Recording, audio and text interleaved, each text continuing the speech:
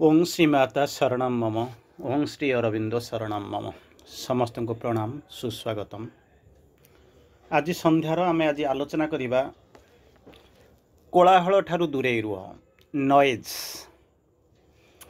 कोलाहल ठारू दूरे रुह। एक कथा शुणी सारा पर आपण कहे कोलाहल तो हमको भल लगुच, आम दूरे रही केमिति। कोलाहल जदि नथिबो जीवन तो मजा ना। तेणु जोटी कोला होम जानी जानिक बाछी बाछी जा पहुँचुचु। आपण ये आसिक कहते कोलाहल ठार दूरे रुह, घरे एकुटिया रही ये करी क्या सहित कथा हे नहीं, एमतीका केमती कथा कहले ठीक अच्छे जे जी जमी बुझी जे पक्षी उड़े जिते दूर, जी जिते बाट जा अनुपात से अनुपात से रास्तार जावाक पड़ो। केमिति कौन गोटे साधारण चेतन जी रोचे बर्तमान आसिक पहुँचुचे, ऑफिस सरीगला, काम सरीगला, तेणु कौन करवा ना घरे जाकर पहुँचा। घरे जाकर पहुँचिक गले कि नथिबो चुपचाप बसिया पड़ो, ये करा पड़ो, केचरे केचरे हे ये करेंगे। तेणु जावा कौटी कोलाकोल हो, कौटी खेल हो, कौटी हल्ला हो, कौटी मार्केट में कौन हो, जाकि आम रहा भल लगे। कोलाहल नथिले सब जिन भल ना। गोटे छोटिया एग्जांपल दूची, ये कोलाहल आपड़ जब रोचंती तारि भितर गोटे दुटा एग्जांपल आपको देले आप बुझेजे। दुईटा सांग कहानी टे कहूँ तापर मैं आलोचना भीतर को जी। दुईटा सांग अनेक दिन पर, अनेक वर्ष पर ऑलमोस्ट प्रौढ़ अवस्था दुई जन देखा। प्रौढ़ कहे ठीक नुहे, गोटे मैंने ग्रोन अप स्टेज रे गोटे आसिक किसी वर्ष गला अनेक वर्ष पर देखा साक्षात। ता भीतर जड़े हूँ बहित, जड़े हूँ अविवाहित। दीज सांग हेले कथबार्ता हेले। विवाहित लोकटा अविवाहित लोक को पचारा, कहला तू बाहलुनि कहीं, कहला ये बड़ जंजाल जीवन हो हल्ला ये सी मु ता भितर देखिली एटा भल नुहे, तेणु सी जीवन भीतर को पशिली ना। सी जी अविवाहित लोकटा सी विवाहित लोक को लगिला, कहला ठीक अच्छे तू भी बोधे भल थी, शांति थी। सी कौन गोटे दीर्घश्वास मारला, ऊपर को चाहला, ऊपर को चाहिए कौन ना मु शांति रे ना केमिति कौन असुविधा कौन है। कहला असुविधा हूँ ये जो जीवन जो हो हल्लामय जीवन,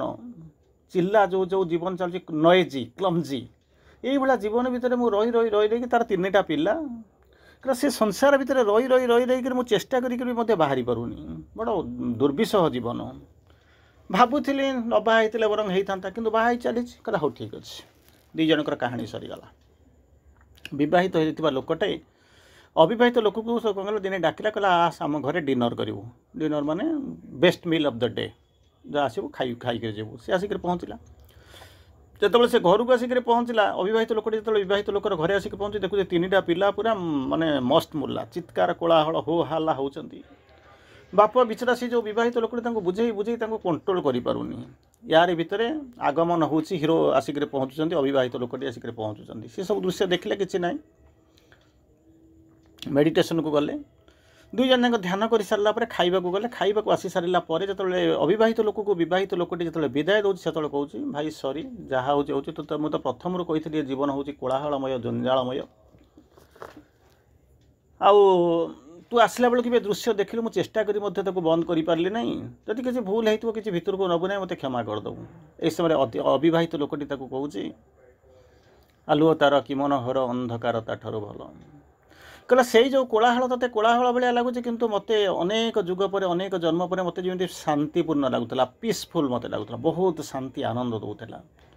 कहना एभलिया जीवन मुझे देखनी, एकुटिया रही रही रही रही मुकुला जीवन जही तही सेना ऐश्वर्यर अनंत भंडार।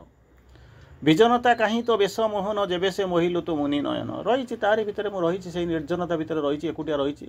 मुझे भावुली से जीवनटा भल, किंतु आज टी आसिक पहुँचला पर ये कोलाहल भितर तो पिला मानकर जो काकली कोलाहल शुणिली से मत लगुच मो जीवन में गोटे वैप्लविक परिवर्तन आसला। मु ध्यान में जी शांति बसी नी से से कोलाहल भितर मुझे देखुचे अधिक शांति मिलूली। तेणु तार आवश्यकता अच्छी, किंतु आम जानी पारुनु। तेणु ये हूँ कौन ना, तेणु एवं जो ये सरीगला से विदाय नहीं चलीगला। कहानीटा आसला आपण पाखु केमी कौन आसूचे ना, कोलाहल हो सबुआड़े कोलाहल अच्छे, कौटी कोलाहल ना। कोलाहल गुड़ाक गोटे बाह्य कोलाहल अच्छे, गोटे भितर कोलाहल अच्छे, गोटे बाह्य शांति अच्छे, गोटे भितर शांति अच्छे। कोलाहलटा कौटी न थाए, कोलाहलटा तैयारी हो जाए आपण मैंने तैयारी करती। सेई कोलाहलटाକୁ କେମିତି ଚିହ୍ନିବା ତାକୁ କେମିତି ଓଭରକମ୍ କରିବା यही ହେଉଛି ସାଧନା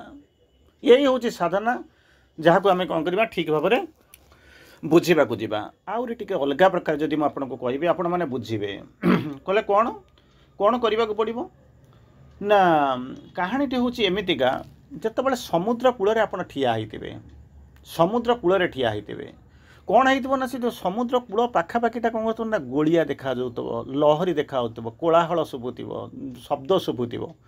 କିନ୍ତୁ ଯେତେବେଳେ ଭିତରକୁ ଭିତରକୁ ଭିତରକୁ ଭିତରକୁ ଯେତେ ଯିବେ ସେଥିରେ କ'ଣ କରିବ ନା ମାନେ ଅନନ୍ତ ଅଶାନ୍ତି ଯେତେ ଗଭୀରକୁ ଯିବେ ଯେତେ ଭିତରକୁ ଯିବେ ସେତେ ଦେଖିବେ ଶାନ୍ତ କିନ୍ତୁ କୋଳାହଳଟା ଆରମ୍ଭ ହେଉଛି କେଉଁଠି ନା ସର୍ଫେସ୍ରେ କୂଳ ପାଖରେ ତୁଠ ପାଖରେ ଆଚ୍ଛା ତେଣୁ ସେଇଠି ଆପଣମାନଙ୍କ ଭିତରେ ଗୋଟେ ପ୍ରଶ୍ନ ଆସିକରି ପହଞ୍ଚିବ ଇଏ କୋଳାହଳଟା ଏଠି କାହିଁକି ତିଆରି ହେଲା ଇଏ କୋଳାହଳଟା ଏଠି କାହିଁକି ତିଆରି ହେଲା କାହିଁକି ତିଆରି ହେଲା କହିଲେ ଏମିତିକା କେମିତିକା କଥା ପଚାରୁଛ ନା ଯେତେବେଳେ ତିଆରି କଲା କେମିତି ଯେତେବେଳେ ପାଣିଟା ଫ୍ଲୋଟା ଯେତେବେଳେ ଲିନିୟର ଫ୍ଲୋ ଥିଲା ଲିନିୟର ମାନେ ସମାନ୍ତରାଳ ଭାବରେ ଯାଉଥିଲା ସେତେବେଳେ ପର୍ଯ୍ୟନ୍ତ କିଛି ସମସ୍ୟା ନଥିଲା ସମୁଦ୍ର ଭିତରେ ବିରାଟ ଦୀର୍ଘ କୁଆଡ଼େ କେତେ କିଲୋମିଟର ଲମ୍ବିଛି ତାର ଠିକ୍ ଠିକଣା ନାହିଁ ତା ଭିତରେ ସ୍ମୁଥଲି ଚାଲିଥିଲା କୋଳାହଳ ନାହିଁ କିଛି ନାହିଁ ଗୋଳିଆ ନାହିଁ ହୋହା ନାହିଁ ଶବ୍ଦ ନାହିଁ କିଛି ନାହିଁ କିନ୍ତୁ ଶବ୍ଦଟା କେଉଁଠି ତିଆରି ହେଲା ନା ତାର ଗତିପଥକୁ ଯେଉଁଠି ବନ୍ଦ କରି ଦିଆଗଲା ବା ସେ ଯେଉଁଠି ତାର ଗତିପଥ ତାର ଯାତ୍ରା ଯେଉଁଠି ବାଧା ହେଲା ସେଇଠୁ ତିଆରି ହେଲା ମାନେ ଏମିତି କେମିତିକା କଥା ନା ସେମିତିକା କଥା ନା ଯେତେବେଳେ ସିଏ ବାହାରି ବାହାରି ଯେତେବେଳେ ସିଏ ବହି ବହି ଆସୁଥିଲା ଏମିତି ବହି ବହି ଚାଲିଥିଲା ଅନେକ କିଲୋମିଟର ଆସିଛି ତେଣୁ ତା ଭିତରେ ଚାଲିଥିଲା ଯେତେବେଳେ କ'ଣ କରିଛି ଗୋଟେ କୂଳଟା ଯେତେବେଳେ ପହଞ୍ଚିଗଲା ସେ କୂଳକୁ ଆଉ ସେ ଲଙ୍ଘିକରି କ'ଣ କଲା ନା ଆଗକୁ ଯାଇପାରିଲା ନା ଉଚ୍ଚାଟା ପଡ଼ିଲା ଯାଇପାରିଲା ନା ତେଣୁ ତା ଦେହରେ ସେ ବାଡ଼େଇ ହେଲା ଆଚ୍ଛା ବାଡ଼େଇ ହେଇସାରିଲା ପରେ ଯେତେବେଳେ ଆଗକୁ ଯାଇପାରୁନି ସେ କ'ଣ କରୁଛି ପଛକୁ ଫେରୁଛି ଯେତେବେଳେ ପଛକୁ ଫେରୁଛି ତା ପଛରେ ପଛରେ ଯେଉଁ ଇଏ ଲହରୀ ଗୁଡ଼ାକ ଆସୁଛନ୍ତି ତେଣୁ ଆଗରୁ ଇଏ ଫେରି ଯାଉଛି ପଛରୁ ଯେଉଁ ଆସୁଛନ୍ତି ତେଣୁ ଗୋଟାଏ ହେଉଛି କ'ଣ ନା ଫେରୁଛି ଗୋଟାଏ ଆସୁଛି ଦୁଇ ଜଣଙ୍କ ଭିତରେ ବାଡ଼ା ହେଇକରି ଲହରୀ ତିଆରି ହେଉଛି ଏମିତି ଧୀରେ ଧୀରେ ଧୀରେ ଧୀରେ ଦେଖିବେ କିଛି ବାଟ ପର୍ଯ୍ୟନ୍ତ ସବୁ ସମୟ ପର୍ଯ୍ୟନ୍ତ ନୁହେଁ ତେଣୁ ସେ କ'ଣ କରୁଛି ଲହରୀ ତିଆରି କରୁଛି এই ଯେଉଁ ବାଡ଼ାବାଡ଼ି ହେବା ପରେ ଏଇ ଯେଉଁ ପିଟାପିଟିରୁ କ'ଣ ହେଉଛି ନା ଶବ୍ଦ ଶୁଭୁଛି ଏବଂ ସେ ଜାଗାଟା କ'ଣ କରୁଛି ନା ଗୋଳମାଳିଆ ହେଇଯାଉଛି ବାଲି ହେଇଯାଉଛି ଲୋକ ତା ଭିତରେ ହେଉଛି ନା ଗୋଳମାଳିଆ କିନ୍ତୁ ଯେତେ ଭିତରକୁ ଯିବେ ଗଭୀରକୁ ଯିବେ ସେ ଆଉ କୋଳାହଳ ଦେଖିବେ ନା କି ଗୋଳିଆ ଦେଖିବେନି କିମ୍ବା କୌଣସି ଅସୁବିଧା ଦେଖିବେନି ଏ ହେଉଛି ସତ୍ୟ କହିଲା ବୁଝିପାରିଲେ ନା ନା ହଁ ଠିକ୍ ଅଛି ତାହେଲେ ସେ କେମିତି ହେଲା ପ୍ରଥମରୁ ସେ କୋଳାହଳ ନଥିଲା ଗୋଳିଆ ନଥିଲା ଲହରୀ ତିଆରି ହେଉନଥିଲା ତିଆରି ହେଲା କେତେବେଳେ ନା ଯେତେବେଳେ ଏଇଟା ତିଆରି କରାଗଲା ଯେତେବେଳେ ଅତିକ୍ରମ ନ କରିପାରିଲା ସେଇଠୁ କ'ଣ କଲା ଧୀରେ ଧୀରେ ତିଆରି ହେଲା ଠିକ୍ ସେଇଭଳିଆ ଆମମାନଙ୍କର ଜୀବନ ଥିଲା କ'ଣ ଗୋଟେ ସ୍ମୁଥ୍ ଫ୍ଲୋ ଗୋଟେ ଲିନିୟର ଫ୍ଲୋ ଥିଲା ତିଆରି ହେଲା କେତେବେଳେ ନା କୌଣସି ଜାଗାରେ ଗୋଟେ ଯେତେବେଳେ ବାଧା ଆସିଲା ରେଜିଷ୍ଟାନ୍ସ ଆସିଲା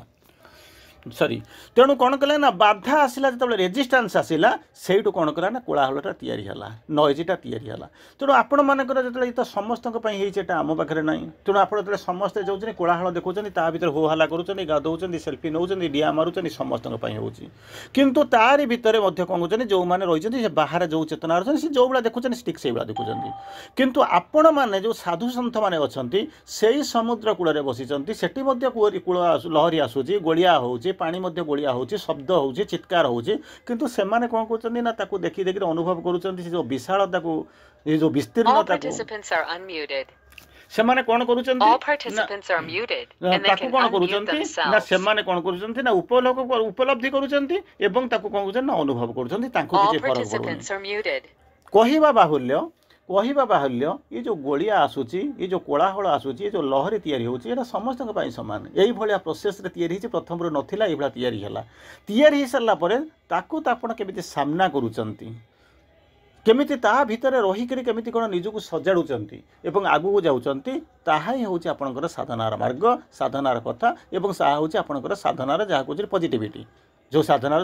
ଯେଉଁ ଲକ୍ଷ୍ୟ ନେଇଛନ୍ତି ସେଇ ହେଉଛି ଆପଣଙ୍କର ସାଧନାର ଲକ୍ଷ୍ୟ ତେଣୁ ବର୍ତ୍ତମାନ ଆମେ ଯିବା देखा श्री अरविंद माँ फिलोसफी रे ये नॉइज कौन नॉइज सागर साइलेंस थाए मुझे गोटे कम करूली गोटे दुटा टॉपिक उपर काम करूली तादर गोटे दुटा टॉपिक उपर काम करूली गोटे टॉपिक थिला साइलेंस एंड नॉइज थिला गोटे टॉपिक ताकू मुझे काम करूली से जहाँ काम करूली से आउ गोटा थिला होची कोन ना स्पिरिचुअल सन आध्यात्मिक सूर्य तेणु ये दुईटा उपर काम करूली तेणु ये जो साइलेंस और नॉइज भितर काम करूली मुझे तार 2-3 लाइन आपको केवल कोट करने को चाहूँगी जे नॉइजटा कौन कहला साइलेंस उपर आपंकर किसी अभिज्ञता अच्छी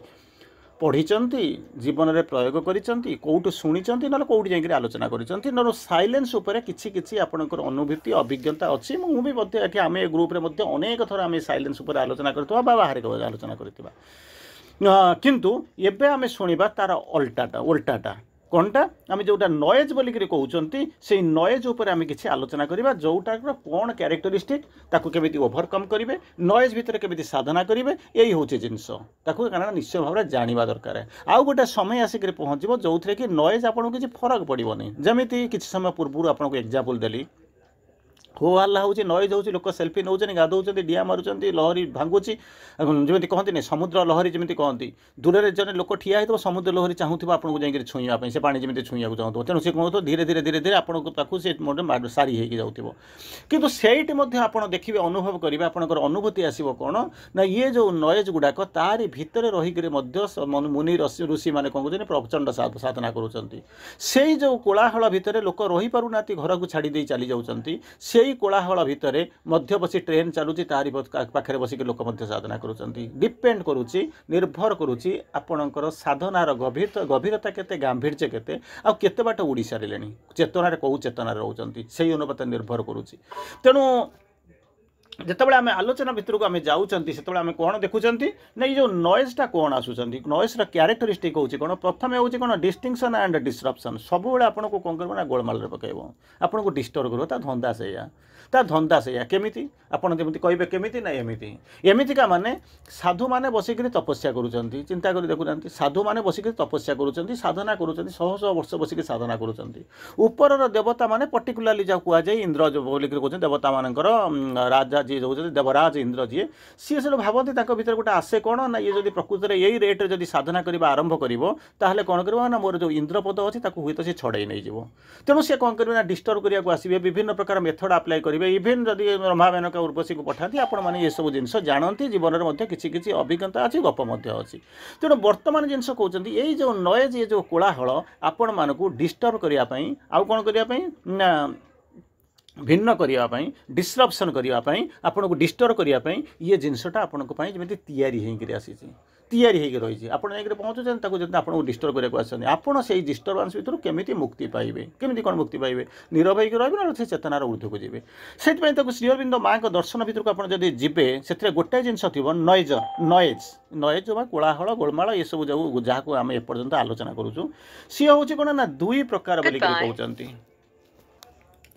ତେଣୁ ଦୁଇ ପ୍ରକାର ନଏଜ୍ ଆପଣ ଦେଖିବାକୁ ମିଳିବ ଗୋଟେ ହେଉଛି ଏକ୍ସଟର୍ନାଲ୍ ନଏଜ୍ ଗୋଟେ ହେଉଛି ଇଣ୍ଟରନାଲ୍ ନଏଜ୍ ଏକ୍ସଟର୍ନାଲ୍ ନଏଜ୍ଟା କ'ଣ ନା ଆମେ ଏପର୍ଯ୍ୟନ୍ତ ଆଲୋଚନା କରୁଛନ୍ତି ବାହାରେ କୋଳାହଳ ହେଉଛି ଆମେ ଏବେ କାମ କରୁଛୁ କେଉଁଠି ବାହାରେ ବର୍ଷା ହେଉଛି ଘଡ଼ଘଡ଼ି ମାରୁଛି ଲୋକ ଚିତ୍କାର କରୁଛନ୍ତି କୁକୁର କେଉଁଠି ବୋବା ହେଉଛନ୍ତି ଗାଈ ଷଣ୍ଢ କେଉଁଠି ଚିତ୍କାର କରୁଛନ୍ତି ଟିଭି କେଉଁଠି ବାଜୁଛି କି କ'ଣ ହେଉଛି ପିଲା ଖେଳୁଛନ୍ତି କିଏ କେଉଁଠି ଆନନ୍ଦିତ ହେଉଛି ତେଣୁ ଇଏ ପ୍ରକାର ଯେଉଁ ନଏଜ୍ଟାକ ଆପଣଙ୍କ କାନକୁ ଶୁଭୁଛି ଆପଣ କିଛି କିଛି ତାକୁ ଦେଖିପାରୁଛନ୍ତି ଜାଣିପାରୁଛନ୍ତି ଯେଉଁଟା କହୁଛି ଏକ୍ସଟର୍ନାଲ୍ ନଏଜ୍ ତାକୁ ଛାଡ଼ିଲେ ଆଉ ଗୋଟେ ଜିନିଷ ଅଛି ଯାହାକୁ କହୁଛନ୍ତି ଇଣ୍ଟରନାଲ୍ ନଏଜ୍ ମଧ୍ୟ ଅଛି ଇଣ୍ଟରନାଲ୍ ନଏଜ୍ ଆରି ଭିତରେ କେମିତି କ'ଣ ଆପଣ ରହିଛନ୍ତି କେମିତି କ'ଣ ଯେତେବେଳେ ସ୍ଥିର ହୋଇଛନ୍ତି ସ୍ମାର୍ଟ ଷ୍ଟେସନରେ ବସି ଯାଉଛନ୍ତି ସେତେବେଳେ ଦେଖୁଛନ୍ତି ଆପଣଙ୍କର ଯେତେ ସତ୍ତା ସବୁଯାକ ସ୍ଥିର ସ୍ତବ୍ଧ ହୋଇକି ରହିଛି କିନ୍ତୁ ଯେତେବେଳେ ତାକୁ ଛାଡ଼ି ଦେଉଛନ୍ତି ଏକ୍ସାଇଟେଡ୍ ହେଇଯାଉଛନ୍ତି ତେଣୁ ଆପଣଙ୍କର ବାହାର ଯେମିତି ଡିଷ୍ଟର୍ବ ହେଉଛି ମନଟା ଯେମିତି ଡିଷ୍ଟର୍ବ ହେଉଛି ଭିତରଟା ମଧ୍ୟ ସେଇଭଳିଆ ଡିଷ୍ଟର୍ବ ହେଉଛି ତେଣୁ ମାନେ ଯଦି ଆପଣ ପ୍ରକୃତିରେ ସାଧନା ଭିତରକୁ ଆମେ ଯେତେବେଳେ ଯିବା ସାଧନା କଥା ଚିନ୍ତା କରିବା ସେତେବେଳେ କ'ଣ ହେଉଛନ୍ତି ଏକ୍ସଟର୍ନାଲ୍ ହେଇପାରେ ଇଣ୍ଟରନାଲ୍ ହେଇପାରେ ଇଣ୍ଟରନାଲ୍ ମାନେ ମେଣ୍ଟାଲ୍ ଚାପ୍ଟର ଯେଉଁଟା ହେଉଛି ମାନସିକ ଭାବରେ ସିଏ କ'ଣ କରିବ ଆପଣଙ୍କର ଇନର୍ ପିସ୍ ବୋଲିକି ଯାହା କହୁଛନ୍ତି ତାକୁ କ'ଣ କରିବ ନା ସବୁବେଳେ ଭଙ୍ଗ କରିବ ଧୀର ସ୍ଥିର ହେଇକି ବସିଥିବେ ସିନା କିନ୍ତୁ ଦେଖିଲା ବେଳକୁ ମନଟା ଡିଷ୍ଟର୍ବ ହେଉଥିବ ଇଏ ହେଉଥିବ ସିଏ ହେଉଥିବ ଏପଟ ସେପଟ ହେଉଥିବେ ତେଣୁ ଯେତେବେଳେ ଏଇ ଯେଉଁ ନଏଜ୍ଟା ଆସିକରି ପହଞ୍ଚିଲା ଏକ୍ସଟର୍ନାଲ୍ ହେଉ ବା ଇଣ୍ଟରନାଲ୍ ହେଉ ଯାହା ବି ହେଉ ଯେଉଁ ରୂପରେ ଆସୁ ସେତେବେଳେ ଆସିକରି ପହଞ୍ଚିବ ନ୍ୟାଚୁରାଲି ସେ କ'ଣ କରିବ ନା ଆପଣଙ୍କୁ ଡିଷ୍ଟର୍ବ କରିବା ଆରମ୍ଭ କରିବ ଏବଂ ସେ କ'ଣ କରିବ ଆପଣଙ୍କର ଅନ୍ତରର ଶାନ୍ତି ଆନ୍ତଃଶାନ୍ତି ଇନର୍ ପିସ୍ ଯାହାକୁ କ'ଣ କରିବ ନା ତାକୁ ଭଙ୍ଗ କରିବ କିମ୍ବା ଯଦି ଭଙ୍ଗ କରିବ ଶାନ୍ତି କରିବ ନା ଯଦି ତାକୁ ବାଇଚାନ୍ସ ତାକୁ ଓଭରକମ୍ କରୁଛନ୍ତି ବା ରେଜିଷ୍ଟ କରିଯାଉଛନ୍ତି ଅଟକାଉଛନ୍ତି ସେ କ'ଣ କରିବ make you difficult to hear the inner voice ଆପଣଙ୍କ ଭିତରୁ ଯେଉଁ ଅନ୍ତଃସ୍ୱରଟା ଆସୁଛି ଯେଉଁଟା ସାଇକିକ୍ର ସ୍ୱର ଯେଉଁଟା କହୁଛନ୍ତି ଯେଉଁଟା ଧୀରେ ଧୀରେ ଧୀରେ ଧୀରେ କଥା ହୁଏ ଯଦି ଆପଣ ସାଧନା କରିଥିବେ ତାକୁ ଟିକେ ଟିକେ ବୁଝିଥିବେ ତେଣୁ କ'ଣ କରିବେ ଏଇ ଯେଉଁ ଇନର୍ ଭଏସ୍ ଯେଉଁ ଡିଭାଇନ୍ ଭଏସ୍ ଯେଉଁଟା ଇନର୍ ଡିଭାଇନ୍ ଭଏସ୍ ଯେଉଁଟା ଆସୁଛି ତାକୁ ଶୁଣିବା ପାଇଁ ଆପଣଙ୍କୁ ସେ ଡିଷ୍ଟର୍ବ କରିବ କେମିତି ନା ସମ୍ପୂର୍ଣ୍ଣ ଯଦି ଆପଣ ଠିଆ ହେଇଥିବେ କୌଣସି ଶବ୍ଦ ନାହିଁ ସ୍ଥିତି ନାହିଁ ଯାହା ଶବ୍ଦ ଆସୁଛି ଆପଣ ଶୁଣିପାରୁଛନ୍ତି ଭିତରୁ ଯେତେବେଳେ ଅତ୍ୟଧିକ ଆସୁଥିଲେ ଭିତରେ ଅଛନ୍ତି ସାଧନା କରୁଛନ୍ତି ଯେତେବେଳେ ଭିତରୁ ଯେଉଁ ଶବ୍ଦ ଆସୁଛନ୍ତି ଆପଣ ସେ ଇଣ୍ଡିକେସନ୍ ପାଉଛନ୍ତି ଶୁଣିପାରୁଛନ୍ତି କିନ୍ତୁ ଯଦି ଦେଖିବେ ଚାରିଆଡ଼େ ଚିତ୍କାର ହେଉଥିବ ଆପଣ ଡିଷ୍ଟର୍ବ ହେଇଥିବେ ଇନର୍ ପିସ୍ ନଥିବ ତାକୁ ଶୁଣିବା ପାଇଁ ଆପଣ କେବେ ସମ୍ଭବ ହେବ ନାହିଁ ତେଣୁ ସେ କ'ଣ କରିବ ଏ ଯେଉଁ ଡିଭାଇନ୍ ଭଏସ୍ ଇନର୍ ଡିଭାଇନ୍ ଭଏସ୍ ଆସୁଛି ତାକୁ କ'ଣ କରିବ ନା ତାକୁ ଶୁଣିବା ପାଇଁ ଅନୁଭବ କରିବା ପାଇଁ ଡିଫିକଲ୍ଟି ଆସିବ କଷ୍ଟ ହେବ ବାଧା ଦେବ ଏବଂ କ'ଣ କରିବ ନା ସ୍ପିରିଚୁଆଲ୍ ଇନସାଇଟ୍ ଗୁଡ଼ାକ ଯେଉଁଗୁଡ଼ାକ ଅଛି ତାର ଯେଉଁ ଅନୁଭୂତି ଆସୁଛି ଯେଉଁ ସ୍ପିରିଚୁଆଲ୍ ଆଧ୍ୟାତ୍ମିକ ଅନ୍ତର୍ଦୃଷ୍ଟି ଯେଉଁଗୁଡ଼ାକ ଅଛି ସେ ଅନ୍ତର୍ଦର୍ଶନ ସେଗୁଡ଼ାକୁ କ'ଣ କରିବ ତାର ଯେଉଁ ଅନୁଭୂତି ଗୁଡ଼ାକୁ ଆପଣ ପାଇବେ ନାହିଁ କାହିଁକି ନା ମନେ କରନ୍ତୁ ଆପଣ ଗୋଟେ ଯାଉଛନ୍ତି ଫୋନ୍ ମାନେ ଗୋଟେ କ୍ୟାମେରା ନେଇକି ଫଟୋ ଉଠାଉଛନ୍ତି ବା ଆପଣଙ୍କର ସେଲ୍ଫି ନେଉଛନ୍ତି କିମ୍ବା ଆପଣ କାହାର ଫଟୋ ଉଠାଉଛନ୍ତି କାହା କ୍ୟାମେରାରେ ଯେତେବେଳେ ସବୁଯାକ ସ୍ଥିର ସ୍ତବ୍ଧ ହୋଇଯାଇଥିବ ବଡ଼ ଶାନ୍ତ ଆପଣ ପଛେ କୁଲି ଯେଉଁ ଫଟୋ ନେଇଥିବେ କେତେ ସୁନ୍ଦର ଫଟୋ ଉଠିଥିବ ଦେଖିବେ ଚହଲା ପାଣିର ଢେଉ କୁଆଡ଼େ ଆସିଥିବେ ମାରିଦେଇଥିବେ ଚକଚକ ହେଇଥିବେ ତା'ମାନେ କ'ଣ ହେବ ଫଟୋର କିଛି ଦେଖାଯିବନି ଆପଣ ଖୋଜିଲେ ବି ନିଜକୁ ବି ମଧ୍ୟ ଖୋଜିକରି ପାଇବେ ନାହିଁ ଠିକ୍ ସେଇଭଳିଆ ଯଦି ସବୁଯାକ ଶାନ୍ତ ଥିବ ପ୍ରଶାନ୍ତ ଥିବ ଅନନ୍ତ ଥିବ ସେଥିରେ କ'ଣ ହେବ ନା ଭିତରର ଯେଉଁ ଶବ୍ଦର ଯେଉଁ ଡିଭାଇନ୍ ଭଏସ୍ ଗୁଡ଼ାକ ଆପଣ ଶୁଣିବା ଆରମ୍ଭ କରିବେ ଦ୍ୱିତୀୟ କଥା ହେଉଛି କ'ଣ କିଛି ରିଅଲାଇଜେସନ୍ ଅଛି ବା ସ୍ପିରିଚୁଆଲ୍ ଇନସାଇଟ୍ ଅଛି ତାର ଏକ୍ସପିରିଏନ୍ସକୁ ଆପଣ କ'ଣ କରିବେ ଅନୁଭବ କରିପାରିବେ କିନ୍ତୁ ପ୍ରୋଭାଇଡେଡ୍ ଯଦି ଆପଣଙ୍କର ଇନର୍ ପିସ୍ ଥିବ ଯଦି ଇନର୍ ପିସ୍ ନଥାଏ ଇନର୍ ପିସ୍ଟାକୁ ଡିଷ୍ଟର୍ବ କରେ କିଏ ଆସେ ନା ଏ ନଏଜ୍ ଗୁଡ଼ାକ এই যে গোলমাଳ କୋଳାହଳ ଜିନିଷ ଯେଉଁଟା କି ଇଣ୍ଟରନାଲ୍ ହେଇପାରେ ଏକ୍ସଟର୍ନାଲ୍ ହେଇପାରେ ଯଦି ସେ ରହିଲା ଆପଣଙ୍କର ଶାନ୍ତି ଭଙ୍ଗ କରିଦେବ ଇନର୍ ପିସ୍କୁ ଭଙ୍ଗ କରିଦେବ ଇନର୍ ପିସ୍ ଯେତେବେଳେ ଭାଙ୍ଗ କରିବା ଆରମ୍ଭ କରିବ ଚହଲା ପାଣିର ଢେଉ ଆଉ କ'ଣ ଅଛି ପାଣିଟା ମନେକର ପ୍ଲେନ୍ ଅଛି ଏକଦମ ଶାନ୍ତ ଅଛି ତାରି ଭିତରେ ଯିବେ ମୁହଁଟାକୁ ଦେଖାଇଲା ବେଳକୁ ଆପଣଙ୍କ ମୁହଁଟା ଚକାଚକ ଦେଖୁଥିବ ଯେତେବେଳେ ପ୍ରବଳ ବେଗରେ ଲହରୀ ହେଉଥିବ ପବନ ବହୁଥିବ ଡିଷ୍ଟର୍ବ ହେଇଥିବ ସେତେବେଳେ ଯେମିତି ଦେଖିଲା ବେଳକୁ କ'ଣ ଦେଖିବେ ଚହଲା ପାଣିର ଢେଉରେ ନିଜର ପ୍ରତିଫଳନ ଆପଣ ଦେଖିପାରିବେନି ସେଇଭଳିଆ ଯଦି ଇନର୍ ପିସ୍ ଥାଏ ତାହେଲେ ଆପଣମାନେ କ'ଣ କରିବେ ନା ଡିଭାଇନ୍ ଭଏସ୍ ଶୁଣିବେ ସ୍ପିରିଚୁଆଲ୍ ଇନସାଇଟ୍ର ଏକ୍ସପିରିଏନ୍ସ ଗୁଡ଼ାକ ନେଇଯାଇପାରିବେ ଆଉ କ'ଣ ହେବ ନା ଯେଉଁ କ'ଣ ହେବ ଇନର୍ ପିସ୍ ମଧ୍ୟ ପାଇବେ ଯଦି ନଥିବ ଇନର୍ ପିସ୍ ଆସିବ ନାହିଁ କି ଆଉଟର୍ ପିସ୍ ମଧ୍ୟ ଇନର୍ ପିସ୍ ନହେଲେ ଆଉଟର୍ ପିସ୍ କ'ଣ ଆଉଟର୍ ପିସ୍ ଆମେ ଯାହାକୁ ଶାନ୍ତି ବୋଲିକରି କହୁଛୁ ସେ ହେଉଛି କ୍ଷଣିକ ହୋ କି ଶାନ୍ତି 2 ସେକେଣ୍ଡ ପରେ ଶାନ୍ତି କୁଆଡ଼େ ପଳେଇଯିବ ଅଶାନ୍ତି ମାଡ଼ି ଆସିବ ତେଣୁ କ'ଣ କରୁଛନ୍ତି ସେଥିପାଇଁ କ'ଣ କହୁଛି ହେବା ପାଇଁ ଗୋଟିଏ ଜିନିଷ ହେଉଛି କ'ଣ ନା ଇଏ ସବୁ ହେଉଛି ନଏଜ୍ର କମାଲ ତାକୁ କେତେ ପରିମାଣରେ ଆପଣ ତାକୁ କଣ୍ଟ୍ରାକ୍ଟ ମାନେ ତାକୁ କେତେ ପରିମାଣରେ କଣ୍ଟ୍ରୋଲ କରୁଛନ୍ତି ଯଦି କଣ୍ଟ୍ରୋଲ କରିଦେବେ ନ୍ୟାଚୁରାଲି ଇନର୍ ପିସ୍ ଆସିବ ଇନର୍ ପିସ୍ ଆସିଲା ମାନେ ଇ ଡିଭାଇନ୍ ଭଏସ୍କୁ ଶୁଣିବା ଆରମ୍ଭ କରିବେ ଡିଭାଇନ୍ ଭଏସ୍କୁ ଯେତେବେଳେ ଶୁଣିବା ଆରମ୍ଭ କରିବେ ଏକ୍ସପିରିଏନ୍ସ ଇନସାଇଟ୍ ଯେଉଁଟା ଆସୁଛି ଯେଉଁ ଇନସାଇଟ୍ ସ୍ପିରିଚୁଆଲ୍ ଇନସାଇଟ୍ସ ଗୁଡ଼ାକ ଆସୁଛି ତାକୁ କ'ଣ କରିବେ ତାର ଯେଉଁ ଏକ୍ସପିରିଏନ୍ସ ଗୁଡ଼ାକ ନ୍ୟାଚୁରାଲି ଆପଣଙ୍କ ଭିତରେ ଛନ୍ଦି ହେଇଯିବ ଆପଣଙ୍କ ଭିତରେ ଫଟୋ ଭଳିଆ ରହିଯିବ ତାକୁ ଦେଖିକି ଯେନି ସମୟରେ ରଖିବେ ଆଉ ଯଦି ସବୁ ଡିଷ୍ଟର୍ବ ହେଇଥିବ ଆଉ ତ ମୂଳରୁ ତ ଫଟୋ ଉଠେଇଛନ୍ତି ସେଥିରେ ତ କାହା ମୁହଁ ଦେଖାଯାଉନି ଆପଣ ତାକୁ ଖୋଜିଲେ କ'ଣ ପଢ଼ିଲେ କ'ଣ କେଉଁଠି ଖୋଜିକିରି ପାଇବେ ପ୍ରଥମ କଥା ସେକେଣ୍ଡଟାକୁ ଯିବା ସେକେଣ୍ଡଟା କ'ଣ ହେଉଛନ୍ତି ନା ଇଗୋ ଆଣ୍ଡ ଡିଜାୟାର ତିଆରି ହେଉଛି କେଉଁଠୁ ଏ ଯେଉଁ କୋଳାହଳଟା ତିଆରି ହେଲା କେଉଁଠୁ ନା ଇଗୋରୁ ତିଆରି ହେଲା ଡିଜାୟାରରୁ ତିଆରି ହେଲା ନହେଲେ ତ ଆପଣ ଶାନ୍ତିରେ ଥିଲେ ଯେପର୍ଯ୍ୟନ୍ତ ଆପଣଙ୍କର କିଛି ଅସୁବିଧା ନଥିଲା ରୋଟି କପଡ଼ା ମକାନର ଆବଶ୍ୟକତା ପଡ଼ିଲା ବୋଲିକିରି ଯେତେବେଳେ ରୋଟି କପଡ଼ା ମକାନର ଆବଶ୍ୟକତା ଆପଣଙ୍କୁ ପଡ଼ିଲା ସେତେବେଳେ ଆପଣ ଜୀବନରୁ ବାହାରିଲେ ସେଠୁ ଶାନ୍ତି ଅଶାନ୍ତି ଅପ୍ସ ଡାଉନ୍ସ ଇଭେଣ୍ଟସ୍ ଅଡ୍ସ ବିଭିନ୍ନ ପ୍ରକାର ଡୋଣ୍ଟସ୍ ବିଭିନ୍ନ ପ୍ରକାର ଜିନିଷକୁ ଜୀବନରେ ସାମ୍ନା ଫେସ୍ କଲେ ତେଣୁ ଏଇ ଯେଉଁ ଜୀବନଟା ଯଦି ଶାନ୍ତ ଭାବରେ ଚାଲିଥିବ ଯଦି ଆପଣଙ୍କ ଜୀବନଟା ପ୍ରଶାନ୍ତ ହେଇକରି ଆନନ୍ଦିତ ହେଇକରି ଚାଲିଥିବ ଡିଜାୟାର ନଥିବ ଇଗୋ ନଥିବ ସେତେବେଳେ କିଛି ସମସ୍ୟା ନଥିବ କିଛି ସମସ୍ୟା ନଥିବ ଗୋଟାଏ ଜିନିଷ ମୁଁ ଆପଣଙ୍କୁ ଯେମିତି ବାରମ୍ବାର କହେ କ'ଣ ହେଉଛି ନା 100 ଟଙ୍କା ଆସିଛି ଆମେ 2 ଜଣ ମାନେ କ'ଣ କରିବା ନା 4 ଜଣ ଅଛନ୍ତି ବାଣ୍ଟିକି ନେଇଯିବା ତେଣୁ ଇଣ୍ଡିଭିଜୁଆଲି ବାଣ୍ଟି ଦେଲେ 25 ଟଙ୍କା ଲେଖା ଜଣକୁ ନେଇଯିବା ତା ଭିତରୁ ଜଣେ ଆସିଲା 50 ଟଙ୍କା ନେଇଗଲା 3 ଜଣ ରହିଲା ଆଉ 50 ଟଙ୍କା ରହିଲା ଜଣେ ଦେଖିଲା ସିଏ ତ 50 ଟଙ୍କା ନେଇଗଲାଣି ମୁଁ 40 ଟଙ୍କା ନେଇଗଲେ କ'ଣ ହେବ 50 40 90 ଚାଲିଗଲା 2 ଜଣ ଚାଲିଗଲେ ମାନେ 2 ଜଣରେ 10 ଟଙ୍କା ତେଣୁ ସେ କ'ଣ କରିବେ ସିଏ ତାଙ୍କ ଭିତରେ ଝଗଡ଼ା ଲାଗିବେ ଜଣେ କହିବ ଯେଉଁ ସବୁଯାକ ନେଇଯିବି ସିଏ 10 ଟଙ୍କା ନେଇଗଲା ଜଣେ 50 ଜଣେ 40 ଜଣେ 10 ନେଲା 25 ନେବା କଥା ଲାଷ୍ଟକୁ ଯେଉଁ ଲୋକଟା ଥିଲା ତା ଭାଗ୍ୟରେ କ'ଣ ପଡ଼ିଲା କିଛି ନାହିଁ ଅନେଇବ ତେଣୁ ସିଏ ଖୋଜିବ ସିଏ କହିବ ଯଦି ମୋତେ ଦୁନିଆ ଏମିତି ଠକି ଦେଲେ ତାପରେ ମୁଁ ଯିବି ଦୁନିଆକୁ ଏଥର ଠକିବା ଆରମ୍ଭ କରିବି କାରଣ because I am cheated I will cheat ଯେହେତୁ ମୋତେ ଠକା ଯାଇଛି ତେଣୁ ମୁଁ ଜୀବନ ସାରା ବୁଲି କ'ଣ କରିବି ନା ଲୋକଙ୍କୁ ଠକିବା ଆରମ୍ଭ କରିବି ଏହିସବୁ ହେଉଛି କାହାଣୀ ତେଣୁ ବର୍ତ୍ତମାନ କହିଲେ ଏଇ ଯେଉଁ ନଏଜ୍ଟା କେଉଁଠୁ ଆସୁଛି ଇଗୋରୁ ଆସୁଛି ଡିଜାୟାର ଆସୁଛି ଯଦି ଇଗୋ ନଥିବ ଡିଜାୟାର ନଥିବ କିଏ କାହିଁ କାହା ସହିତ ଝଗଡ଼ା କରିବାକୁ ଯିବ ଯେତେବେଳେ ସେ ମା ଯେମିତି କହନ୍ତି ମା କ'ଣ କହନ୍ତି ଆପଣଙ୍କୁ ସୁନ୍ଦର କଥା କହନ୍ତି ବଢ଼ିଆ କଥା କହନ୍ତି କ'ଣ ଯେତେବେଳେ ଭାବିବା ଇଏ କାମଟା ହେଉଛି ମୋର ବା ଆମର ସେତେବେଳେ ଝଗଡ଼ା ହେବ। ଆମେ କରୁଛୁ ମୋ ପାଇଁ କିମ୍ବା ଆମ ପାଇଁ, ସେତେବେଳେ ଝଗଡ଼ା ହେବ। ଯେତେବେଳେ କେବେ ଏ କାମଟା ହେଉଛି ଭଗବାନଙ୍କର, ଆମେ ଯାଉଛୁ କାମ କରିବା ପାଇଁ, କେବଳ ଯେମିତି କହୁଛନ୍ତି ତୋ ଜମିରେ ଫଟାଇ ବଳ ଯୋଗାଇବି ସରୁ ଚାଉଳ, କରିଦେ ମୋତେ ତୁ ଜମି ହଳିଆ, କାଳିଆରେ କାଳିଆ କରିଦେ ମୋତେ ତୁ ଜମି ହଳିଆ। ତୁ ମୁଁ ଯାଇ ହଳ କରୁଛି ଭଗବାନଙ୍କ ସେତେବେଳେ ଭଗବାନଙ୍କ କାମ କରୁଛି, ତେଣୁ ଭଗବାନ କେମିତି ତାକୁ ଫଳେଇବେ, କ'ଣ କରିବେ, କାହାକୁ ଦେବେ, କେମିତି କ'ଣ ମୋର କେତେ ବାଣ୍ଟ ପଡ଼ିବ, ସେଇଟା ଭଗବାନଙ୍କର କାମ ହେଲା। ଯେତେବେଳେ କହିବି ନାଇଁ ମୁଁ ସବୁ ଯାକ କରୁଛି, ସମସ୍ୟାଟା ଆରମ୍ଭ ହେଲା। ତେଣୁ ବର୍ତ୍ତମାନ ଏଠି ଆସିକରି କହୁଛନ୍ତି ଇଏ ଯେଉଁ ଜିନିଷଟା ଯେଉଁ ନଏଜ୍ ବୋଲିକରି କହୁଛନ୍ତି, ଯେଉଁ ଜୀବନରେ କୋଳାହଳ ଆସୁଛି, ଡିଷ୍ଟର୍ବେସନ୍ ଆସୁଛି, କ'ଣ ହେଉଛି ଡିସରପ୍ସନ୍ ହେଉଛି, ଡିଷ୍ଟିଂସନ୍ ଆସୁଛି, ଏଇଟା ତିଆରି କରିବାର ମୂଳରେ କ'ଣ ଅଛି ନା ଯାହା ମୂଳରେ ଅଛି ସେଇ ହେଉଛି ଇଗୋ ଆଉ ଡିଜାୟାର। ମା କହୁଛନ୍ତି କ'ଣ କହୁଛନ୍ତି, ଏଇ ଯେଉଁ ନଏଜ୍ ଯେଉଁଟା ଷ୍ଟେମ୍ସ ଫ୍ରମ୍ ଇଗୋ, ମାନେ ଯେଉଁ ମାଡ଼ୁଛି, ମାନେ ଯେତେବେଳେ ମଞ୍ଜିଟା ଫୁଟିକିରି ଯେତେବେଳେ କ'ଣ ହେଇଥିବ, ଗଜାଟା ବାହାରିଥିବ, ସେତେବେଳେ କିଛି ଗୋଳମାଳ ନଥିବ। ସେ ଯେତେବେଳେ ବଢ଼ିବା ଆରମ୍ଭ କରିବ, ଯେତେବେଳେ ଚାରିଆଡ଼କୁ କ'ଣ କରିବ ନା ଯେତେବେଳେ ଶାଖା ପ୍ରଶାଖା ମେଲାଇବା ଆରମ୍ଭ କରିବ, ସେଇଠୁ ସମସ୍ୟା ଆରମ୍ଭ ହେବ। ସେଇଠୁ କ'ଣ କରିବ ନା ଆପଣଙ୍କର ସମସ୍ୟା ଆରମ୍ଭ କରିବ। ତେଣୁ ବର୍ତ୍ତମାନ କ'ଣ କହିବା ଆରମ୍ଭ କଲେ, କ'ଣ କହିଲେ, ଏଇ ଯେଉଁ ମାନେ ଯେଉଁ ନଏଜ୍ଟା ଯେଉଁଟା ଆରମ୍ଭ କରୁଛନ୍ତି, ସେଇଟା ଆସୁଛି କ'ଣ ନା ଷ୍ଟେମ୍ସ ଫ୍ରମ୍ ଇଗୋ। ଯେତେବେଳେ ପିଲାଟା ଜନ୍ମ ହୋଇଥିଲା ସେତେବେଳେ ତା ପାଖରେ କିଛି ସମସ୍ୟା ନଥିଲା, ପିଲାଟା ଜନ୍ମ ହୋଇଥିଲା ସେ ତାର ସ୍ମୁଥଲି ଚାଲିଥିଲା, ଟିକିଏ ବଢ଼ିଗଲା, ଯେତେବେଳେ ଚେର ଶାଖା ପ୍ରଶାଖା ବଢ଼ିବା ଆରମ୍ଭ କଲା, ସେତେବେଳେ କ'ଣ ହେଲା, ତା ଭିତରେ ଇଗୋ ଆସିଲା, ଡିଜାୟାର ଆସିଲା, ସେଠୁ କ'ଣ କରିନା କଳିକଜିଆ ଆରମ୍ଭ ହେଲା। କଳିକଜିଆ 25 ଟଙ୍କା ଲେଖା ନେଇକି ଯାଇଥିଲେ ତ ଗଣ୍ଡଗୋଳ ହେଇନଥାନ୍ତା। ତୁ ତ ଯାଇଥାନ୍ତୁ ଆରାମରେ ଯାଇଥାନ୍ତା, ତୁ ତୋ ଘରକୁ ଯାଇଥାନ୍ତା, ସେ ତା ଘରକୁ ଯାଇଥାନ୍ତା, ମୁଁ ମୋ ଘରକୁ ଯାଇଥାନ୍ତି। କିନ୍ତୁ ଯେତେବେଳେ ନେଇଗଲା, ଜଣେ 50 ଟଙ୍କା ନେଇଗଲା, ଜଣେ 40 ଟଙ୍କା ନେଇଗଲା, ଝଗଡ଼ା ଆରମ୍ଭ ହେଲା, କଳି ଆରମ୍ଭ ହେଲା, ଇଗୋ ଆରମ୍ଭ ହେଲା, ମାନେ ଇଏ ହେଉଛି ଡିଜାୟାର ଇଏ ହେଲା। ତାପରେ ଦୁନିଆକୁ ଠକିବା, ଇଏ ଜିନିଷ ଅଛି ବୋଲିକରି ଜାଣି ସାରିଲା ପରେ ମୁଁ ତ ଥରେ ଠକିଛି ମାନେ ଜୀବନରେ ସମସ୍ତଙ୍କୁ ଠକିବି, ଥରେ ମୁଁ ଲାଭ କରିଦେଲି ମାନେ ଦୁନିଆରେ ସବୁବେଳେ ଲାଭ କରିବାକୁ ଆରମ୍ଭ ହେଲା, ଷ୍ଟ୍ରଗଲ୍ ହେଲା। ଯେମିତି ନଦୀର ସମୁଦ୍ରଟା ଯେମିତି ପାଣିରେ ଯେପର୍ଯ୍ୟନ୍ତ ବହି ଚାଲିଥିଲା ସେ ପର୍ଯ୍ୟନ୍ତ ସମସ୍ୟା ନଥିଲା, ଯେପର୍ଯ୍ୟନ୍ତ କୂଳରେ ଧକ୍କା ମାରିକି ଯେତେବେଳେ ଫେରିଲା ସେତେବେଳେ ଲହରୀ ତିଆରି ହେଲା, ଗୋଳିଆ ତିଆରି ହେଲା। ଏଠି ଯେମିତି ହେଲା ଇଏ ସେଇଭଳିଆ ହେଉଛି। ତେଣୁ ଯେଉଁ ଇଏ କ'ଣ କଲା ନା ତିଆରି ହେଉଛି, ଯେଉଁ ଷ୍ଟେମ୍ସ ହେଉଛି କ'ଣ ଫ୍ରମ୍ ଇଗୋ ଆଣ୍ଡ ଡିଜାୟାର। ତାପରେ କହୁଛନ୍ତି ଇଏ ଡିଜାୟାର ଆଉ ଇଗୋଟା କେଉଁଠି ହେଉଛି, ଯାହାକୁ କହୁଛନ୍ତି constant activity of vital mind, ପ୍ରାଣିକ ମାନସର କାମ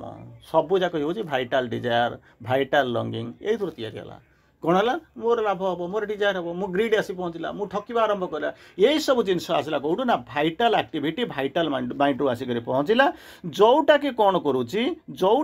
କରୁଛି ନା ଯେମିତି ସୂର୍ଯ୍ୟ କିରଣ ଆସିଲା ବେଳକୁ, ମାଟି ଛୁଇଁଲା ବେଳକୁ ସିଏ ସୁନ୍ଦର ଭାବରେ ଆସୁଥିଲା, କଅଁଳିଆ ସୂର୍ଯ୍ୟ କିରଣ ହେଇଥାନ୍ତା, ସଫେଦ ଭାବରେ ଦେଖିଥାନ୍ତେ। କିନ୍ତୁ ଯେହେତୁ ମଝିରେ ଗୋଟାଏ ଭସା କଳା ବାଦଲଟା ରହିଯାଉଛି, କଳା ବାଦଲ କ'ଣ କରୁଛି, ତାକୁ ଯେତେବେଳେ ଆବଜର୍ଭ କରୁଛି, ଏତେ ଗାଢ଼ କଳା ବାଦଲ ଯେ ସୂର୍ଯ୍ୟ କିରଣ ଗୁଡ଼ାକ ଆବଜର୍ଭ ହେଇଯାଉଛନ୍ତି, ସିଏ କ'ଣ କହୁଛନ୍ତି ନା ତଳକୁ ଆସିକରି ଆପଣଙ୍କୁ ସଫେଦ କିରଣ ବାଣ୍ଟି ପାରୁନାହାନ୍ତି। ସେଠି ଯେମିତି ଆପଣ ଦେଖୁଛନ୍ତି ଠିକ୍ ସେଇଭଳିଆ ସୂର୍ଯ୍ୟ କିରଣ ପୃଥିବୀ ଆରି ମଧ୍ୟରେ ଯେମିତି ଭସା ବାଦଲଟା କାମ କରୁଛି, ଠିକ୍ ସେଇଭଳିଆ କ'ଣ କରୁଛନ୍ତି, ଏଇ ଯେଉଁ ଜିନିଷ ଯେଉଁ ଆଗରୁ ଆପଣ ଯେଉଁ ସାଧନା କରୁଛନ୍ତି ଏବଂ ତଳେ ଯେଉଁ ସ୍ମୁଥ୍ ଲିଭିଂ ଯେଉଁ ହେବା କଥା, ତା ମଝିରେ କ'ଣ କରୁଛନ୍ତି ନା ଆକ୍ଟିଭିଟି ଅଫ୍ ଭାଇଟାଲ ମାଇଣ୍ଡ, ପ୍ରାଣିକ ମାନସର ଯେଉଁ ଆକ୍ଟିଭିଟି ଗୁଡ଼ା ଯିଏକି ତିଆରି କରୁଛି, ଇଗୋକୁ ତିଆରି କରୁଛି, ଡିଜାୟାରକୁ ତିଆରି କରୁଛି, ଠିକ୍ ସେଇଭଳିଆ କ'ଣ କରୁଛି, ସତ୍ୟଟାକୁ ଇଏ ସୂର୍ଯ୍ୟକୁ ଯେମିତି କ୍ଲାଉଡ଼ଟା ବାଦଲଟା ଯେମିତି ଅଟକେଇ ରଖୁଛି, ଠିକ୍ ସେଇଭଳିଆ ଏଇ ଯେଉଁ ନଏଜ୍ଟା କ'ଣ କରୁଛି ମଝିରେ ଆସିକରି ଉପରର ସତ୍ୟ ଯେତେବେଳେ ତଳକୁ ଆସୁଛି ତାକୁ କ'ଣ କରୁଛି, ଡିଷ୍ଟର୍ବ କରୁଛି, ଡିସରପ୍ଟ କରୁଛି, ଯଦ୍ୱାରା କ'ଣ କରୁଛି ଏଠି ଯେମିତି ଅନ୍ଧାର ପାଉଛନ୍ତି, ଗୋଳିଆ ଅବସ୍ଥା ପାଉଛନ୍ତି, ଠିକ୍ ସେଠୁ କ'ଣ କରୁଛନ୍ତି, ଠିକ୍ ସେ ଯେଉଁ ଯାହା ପାଉଛନ୍ତି ତାର ନାଁ ହେଉଛି ନଏଜ୍, ଯେ କି ଆପଣଙ୍କୁ ଅନେକ ପ୍ରକାର ଅସୁବିଧାରେ ପକାଉଛି, ସାଧନାରେ କ'ଣ ହେଉଛି ନା ବିଘ୍ନ ଘଟାଉଛି। ଅନ୍ୟ ଭାଷାରେ କହିଲେ ଷ୍ଟ୍ରେଟ୍ ଯଦି ଆପଣ କହିବେ, ସାଧନାରେ କ'ଣ କରୁଛି ନା ବାଧା ବିଘ୍ନ ତିଆରି କରୁଛି, ଆପଣମାନେ ଯାଇପାରୁନାହାନ୍ତି। ଆସିଲା କେଉଁଠୁ, ଏଇଠୁ ଇଗୋରୁ ଆସୁଛି, ଡିଜାୟାର ଆସୁଛି, ଏଗୁଡ଼ା ସବୁ ହେଉଛି ଭାଇଟାଲ ମାଇଣ୍ଡର କାମ, ଏଥିରେ ମାଆଙ୍କ ସହିତ କିଛି ସମ୍ପର୍କ ନାହିଁ। କିନ୍ତୁ ମୁଁ ଜାଣିପାରୁନି ଅସୁବିଧା ଅଛି। କେତେବେଳୁ କ'ଣ ହେଉଛି, ମୋ ପାଖକୁ ସମସ୍ୟା ଆସୁଛି, ତାର ପରବର୍ତ୍ତୀ ଅବସ୍ଥା ଯିବା କ'ଣ କରୁଯିବା, ଯଦି ମୋ ଇଏ ତ ଜିନିଷ ହେବା କଥା ନାହିଁ ହେଇଗଲା, ମୁଁ ତ ଆଉ ତାକୁ ଯେତେବେଳେ ସମୁଦ୍ର ପାଣିଟା ବହି ଆସୁଛି, ମୁଁ ତ ତାକୁ ଅଟକେଇ ପାରିବିନି, ନା ନାହିଁ ବାଡ଼େଇ ହେବ, ଫେରିବ, ଏଇଭଳିଆ ତ ଲହରୀ ତିଆରି ହେବ ନା। ହଁ, ତେଣୁ ଇଏ ଲହରୀ ତିଆରି ହେବାଟା ସତ୍ୟ, ଯେପର୍ଯ୍ୟନ୍ତ ବାଧା ନ ପାଇଥିବ ଇଏ ଲହରୀ ତିଆରି ହେଉଥିବ। ଏଠି ସେମିତି ନଏଜ୍ କ'ଣ କରୁଥିବ ନା ଏଇଭଳିଆ ସେ ଯେଉଁ ଡିଜାୟାର ଥିବ, ଗ୍ରିଡ୍ ଥିବ, ଏସବୁ ଜିନିଷ ଥିବ, ଭାଇଟାଲ ମାଇଣ୍ଡ ତାକୁ କଣ୍ଟ୍ରୋଲ କରୁଥିବ, ଡିସରପ୍ସନ୍ ଆସୁଥିବ, ଏମିତି ହେଇକି ତିଆରି ହେବ। ତାକୁ କ'ଣ କରିବି ନା କଣ୍ଟ୍ରୋଲ ତ କରିପାରିବି, କେମିତି କ'ଣ, ସାଧାରଣ ଚେତନାରେ ଯେଉଁମାନେ ଅଛନ୍ତି ସିଏ କ'ଣ କରୁଛନ୍ତି, ଯାଉଛନ୍ତି ସେଲ୍ଫି ନେଉଛନ୍ତି, ଡିଆଁ କରୁଛନ୍ତି, ଆହୁରି ଅଧିକ କ'ଣ ତିଆରି କରୁଛନ୍ତି। କିନ୍ତୁ ଯିଏ ଟିକିଏ ଆଧ୍ୟାତ୍ମିକ ଅଛନ୍ତି, ଟିକିଏ ତା ଭିତରକୁ ଜାଣିଛନ୍ତି, କଣ୍ଟ୍ରୋଲ ୟୋର ମାଇଣ୍ଡ। ଗୋଟେ ଛୋଟିଆ ଏକ୍ଜାମ୍ପଲ୍ ଦେଉଛି, ତାପରେ ଆପଣ ବୁଝିଯିବେ, ଭଲ କରି ବୁଝିବେ। କହିଲେ କ'ଣ ହେଉଛି ନା, ଦୁଇ ଜଣ ମାନେ କ'ଣ କହିଲେ ସାଙ୍ଗ ଥିଲେ, ତା ଭିତରୁ ଜଣେ ହେଉଛି ସାଧୁ, ସିଏ ତାର ଗୋଟେ ଘରକୁ ତା ସାଙ୍ଗକୁ ଜଣେ ଡାକିଲା। ସାଙ୍ଗଟା ବହୁତ ବିଜ୍ଞ କିନ୍ତୁ ଯୁକ୍ତିବାଦୀ, ଯୁକ୍ତିବାଦୀ ମାନେ କିଛି କଥାବାର୍ତ୍ତାରେ ସବୁ ଯାକ ସେ କ'ଣ କରିବ ନା ଯୁକ୍ତି କରିବା ଆରମ୍ଭ କରିବ। ତେଣୁ ଯୁକ୍ତିବାଦୀ ଏନିୱେ ସେ ତାର ସାଙ୍ଗକୁ ଡାକିଲା, କହିଲା ଆସେ ପହଞ୍ଚିବା, ଆଜି ବସିବା, ଆଲୋଚନା କରିବା, ଜ୍ଞାନୀ ଲୋକ ଆମ ଜ୍ଞାନର ପରିସୀମାକୁ ବଢ଼େଇବା, ଆଲୋଚନା କରିବା, ଆଉ କ'ଣ କରିବା ନା ଖାଇ ପିଇକି ଯିବା, ରହିବା, ନହେଲେ ଆଜି ରହିବା, ଯାହା କରିବା ଆଉ। କହିଲା ହଉ ଠିକ୍ ଅଛି। ସେଠୁ ଦୁଇ ଜଣ ଯାକ ଆସିକି ସେ ବନ୍ଧୁ ଆସିକି ପହଞ୍ଚିଲା, ଦୁଇ ଜଣ ଯାକ ବସିଛନ୍ତି କେଉଁଠି ଘରରେ ବସିଛନ୍ତି, ମାନେ ଘରଟାକୁ କହିଲେ ଘରେ ଗୋଟେ ଖାଲି ତ ଆମେ ବସିଛୁ, କଲ ଚାଲ ଯିବା ଟିକେ ମାନେ ୱାକିଂ କରି ଆସିବା, ବୁଲିବାକୁ ଆସିବା। ଯେତେବେଳେ ୱାକିଂ କରିବାକୁ ଗଲେ କଥାବାର୍ତ୍ତା କରି ଡିସ୍କସନ୍ କରି ଯୁକ୍ତି କରି କଥାବାର୍ତ୍ତା ହେଇ ବୁଝି ଯାଉଛନ୍ତି। ଏ ସମୟ ଦେଖିଲା ବେଳକୁ ହଠାତ୍ ଗୋଟେ ଗ୍ରୁପ୍ ଅଫ୍ ପିପୁଲ୍, ଗୋଟେ ଦଳ ଲୋକ କ'ଣ କରୁଛନ୍ତି, ବସିକରି କ'ଣ ପାଟିଗୋଳ କରୁଛନ୍ତି, ଉଚ୍ଚ ବାକ୍ କରୁଛନ୍ତି, ଚିତ୍କାର କରୁଛନ୍ତି, ପାଟିଗୋଳ କରୁଛନ୍ତି, ଝଗଡ଼ା ଲାଗୁଛନ୍ତି। ଏକଥା ଶୁଣି ସାରିଲା ପରେ ଯେଉଁ ସାଧାରଣ ଯିଏ ଘରର ମାଲିକ ସିଏ ତାର ଜାଣିଛି ଏଇଟା ସବୁଦିନିଆ କଥା, ତେଣୁ ତାର କିଛି ଫରକ ପଡ଼ିଲା ନା। କିନ୍ତୁ ସାଙ୍ଗଟା ଯିଏ ଆସିଥିଲା ତା କାନରେ ପଡ଼ିଗଲା ସେମାନେ ଯୁକ୍ତି କରୁଛନ୍ତି କ'ଣ ନା ଭଗବାନ ଅଛନ୍ତି, ଜଣେ ଦଳେ କହୁଛନ୍ତି ଭଗବାନ ଅଛନ୍ତି, ଆଉ ଦଳେ କହୁଛନ୍ତି ଭଗବାନ ନାହାନ୍ତି। ତେଣୁ ତାଙ୍କ ଭିତରେ ଝଗଡ଼ା ଲାଗୁଛି। ଇଏ ସେଠୁ କ'ଣ କଲା, ସାଙ୍ଗେ ସାଙ୍ଗେ ଯେଉଁ ଯୁକ୍ତିପ୍ରବଣ ଲୋକଟା ସେତେବେଳେ ଜାଣିଛି ଜ୍ଞାନୀ ଲୋକଟା କହିଲା ମୁଁ ଯାଉଛି ଇଏ କରିବି ଆଉ କ'ଣ, ମୁଁ ଯାଉଛି ତାଙ୍କ ଭିତରେ ଯାଇକରି ମାନେ ମଝିରେ ମାନେ କ'ଣ ହେଉଛି କଣ୍ଟା ବାଟରେ ଲୁଗା ପକେଇ ଚିରିବା କଥା, ମୁଁ ଯାଉ ତାଙ୍କ ଭିତରେ ବସି ତାଙ୍କ ଯୁକ୍ତିକି ଭାଙ୍ଗିବି ଆଉ। ଇଏ ଯେଉଁ ସାଙ୍ଗଟା କହୁଛି ତୁ ସେଠିକି ଜମା ଯାଆନା, କାରଣ ଏଇଟା ପ୍ରତିଦିନିଆ କଥା, ତୁ ସେଠିକି ଯାଆନା। ଇଏ ଜମା ମାନିଲା ନା, ଡିଆଁ କରିକି ଡେଇଁକି ପଳେଇଲା। ସେଠୁ ଇଏ କ'ଣ କଲା, ଯେଉଁ ସାଙ୍ଗଟା ଯିଏ ଯାଉଥିଲା ସିଏ କ'ଣ କଲା, ଘରକୁ ଫେରି ଆସିକରି ବସିଲା କେଉଁଠି, ସେ ବରଣ୍ଡାରେ ଗୋଟେ ଚେୟାର ପକେଇକରି ବସିଲା, ଦେଖିଲା କ'ଣ ହେଉଛି। କିଛି ସମୟ ପରେ ଦେଖିଲା ବେଳକୁ ଯେଉଁ ସାଙ୍ଗଟା ଯାଇଥିଲା, ସେ ଯେଉଁ କଳି ଭାଙ୍ଗିବା ପାଇଁ ଯାଇଥିଲା, ଯୁକ୍ତି କରିବା ପାଇଁ ଯାଇଥିଲା, ସିଏ କ'ଣ କରୁଛି ନା ଦୌଡ଼ିକରି ସଁ ସଁ ଫଁ ଫଁ ହେଇକି ଦୌଡ଼ିକିରି ଆସିକରି ପହଞ୍ଚୁଛି, ସାଙ୍ଗ ଘରେ ଆସିକରି ପହଞ୍ଚିଲା। ଇଏ କହିଲା କ'ଣ ହେଲା ନା ଭାଇ ମୁଁ ତା ଭିତରକୁ ଯିବାର ନଥିଲା, ମୁଁ ଚାଲିଗଲି, ଆଉ ସେ ଗୋଳମାଳ ଭିତରକୁ ଚାଲିଗଲି, ଉତ୍ତମ ମଧ୍ୟମତିଟା ହେଲା, ଆହୁରି ମରିଯାଇଥାନ୍ତି, ପ୍ରାଣ ନେଇକରି ବଞ୍ଚି ଆସିଲି। କହିଲା ମୁଁ ତ ପ୍ରଥମରୁ ତୋତେ ମନେ କରୁଥିଲି,